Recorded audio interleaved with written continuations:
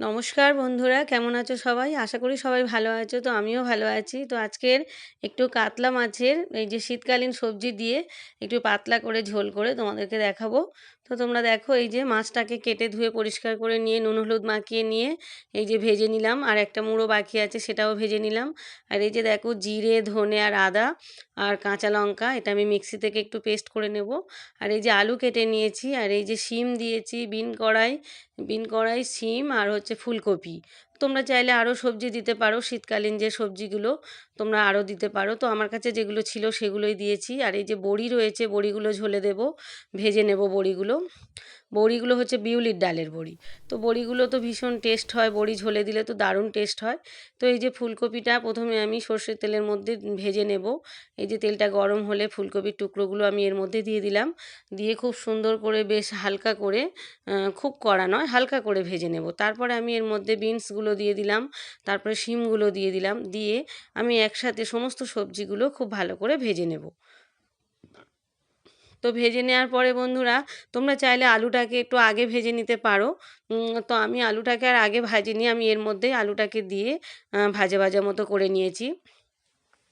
তো একটু হলুদ গুঁড়ো এর মধ্যে আমি ছড়িয়ে দিলাম, দিয়ে এবার ভালো করে আমি বেশ সমস্ত সবজিগুলোকে বেশ সুন্দর করে ভেজে নিলাম।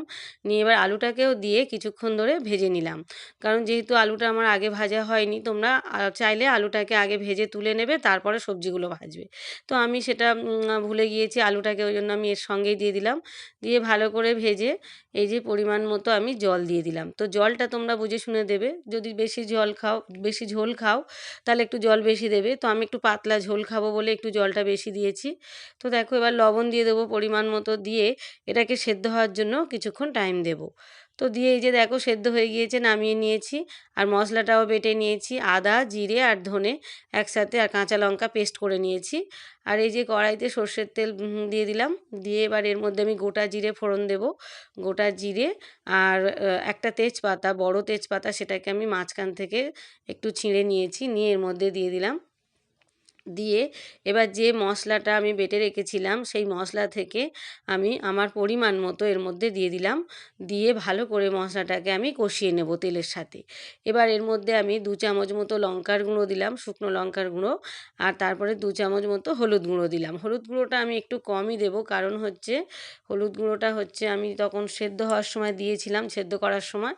তো সেই জন্য যখন ওই সবজিগুলো ভাজি তখন আমি হলুদ গুঁড়ো দিয়েছিলাম, ওই জন্য একটু কম দিলাম। আর লঙ্কার গুঁড়োও কমই দিলাম, কারণ হচ্ছে আমি কাঁচা লঙ্কা অনেকগুলো পেস্ট করে নিয়েছিলাম, তো সেই জন্য লঙ্কার গুঁড়োটাও খুবই কম দিলাম। দিয়ে এবার ভালো করে আমি মশলাটাকে, দেখো বন্ধুরা, কতক্ষণ ধরে আমি কষিয়ে নিলাম। দেখো অনেকক্ষণ ধরে বেশ মশলাটাকে কষিয়ে নিলাম। বেশ যতক্ষণ না তেলটা ছেড়ে উঠবে ততক্ষণ ধরে কষাতে থাকবো। তো তারপরে কষানো হয়ে গেলে এবার আমি এর মধ্যে ওই যে সেদ্ধ করে রাখা ফুলকপি আলু আর যে সবজিগুলো ছিল সেগুলো আমি এর মধ্যে সব অ্যাড করে দিলাম। তো এই যে দেখো বন্ধুরা, আমি কিন্তু কিছুটা ঝোল রেখেছি, কারণ এটা আমি পাতলা ঝোল করব, তো সেই জন্য ঝোলের ভাগটা একটু বেশি রেখেছি। তোমরা চাইলে আরেকটু মাখা মাখা করতে পারো। তো তোমরা চাইলে এর মধ্যে একটু টমেটো পেস্টও দিতে পারো। তো টমেটোটা বন্ধুরা আমার কাছে ছিল না, তো সেই জন্য আমি দিতে পারিনি। আর হচ্ছে তোমরা চাইলে একটুখানি ধনেপাতা কুচি মাঝখান থেকে মানে লাস্টে ছড়িয়ে দিতে পারো। ধনেপাতাটাও আমার কাছে আর ছিল না, সেই জন্য আমি দিতে পারিনি।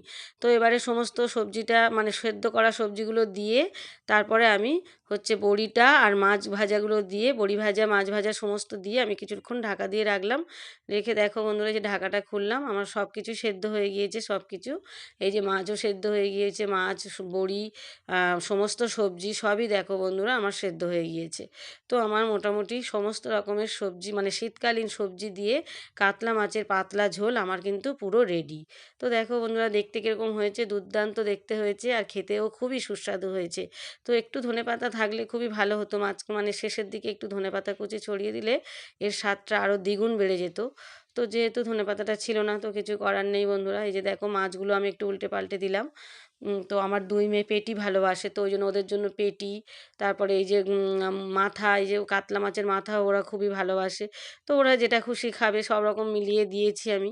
তো দেখো বন্ধুরা, কালারটা শুধু দেখো কীরকম দেখতে সুন্দর যেমনই হয়েছে, আর খেতে তো দুর্দান্ত লেগেছে।